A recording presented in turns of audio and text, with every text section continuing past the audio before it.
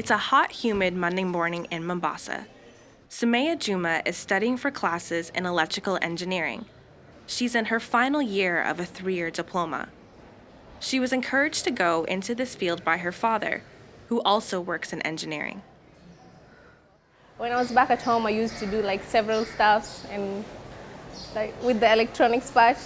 Like I want to know why this one comes this way, why is this color, why is like the antenna, the remote, how does it interface with the machines?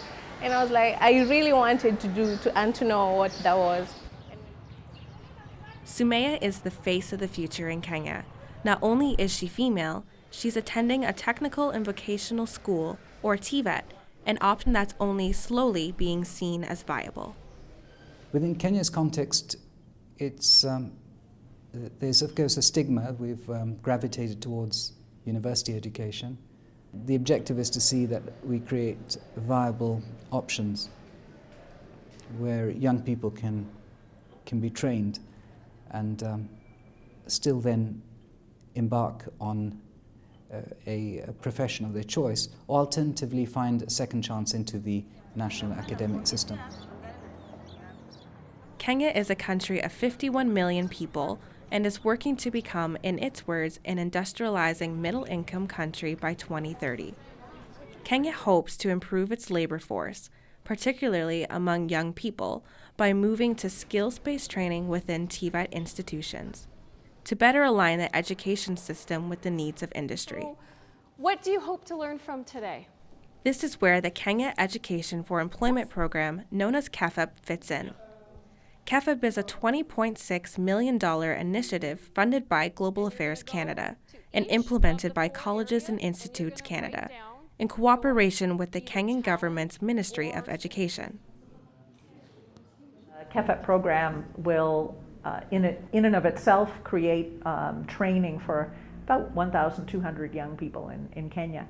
But there's also the multiplier effect, because the training is being provided for curriculum developers, for academics, for people in the technical colleges who will create programming that's really going to ripple throughout the economy for years to come. KEFEP is working to reform TVET education by moving away from lecture-based classrooms towards hands-on practical learning. This is known as competency-based learning, or CBET. It is very good because it is just you learn the skills of your hands. You use just your hands and the knowledge. Not much of paperwork. It is much of doing. Over a 5-year period, faculty and staff from several Canadian colleges and institutes are sharing their skills and expertise with their peers in Kenya, both here and in Canada. Together, they are working to involve industry, build leadership and management, develop essential skills, implement environmental sustainability, and build gender equality. It's teaching us how to walk. And we are about there. So once we have this program going on, then KEFEP stands for Education for Employment.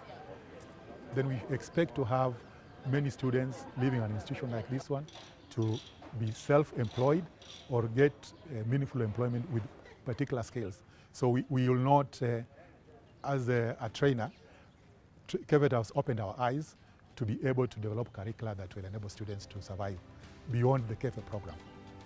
For Sumaya, the changes to TVET education in Kenya come too late. She graduates this year, but she's hopeful for the future of her peers. Maybe I should try come back instead again.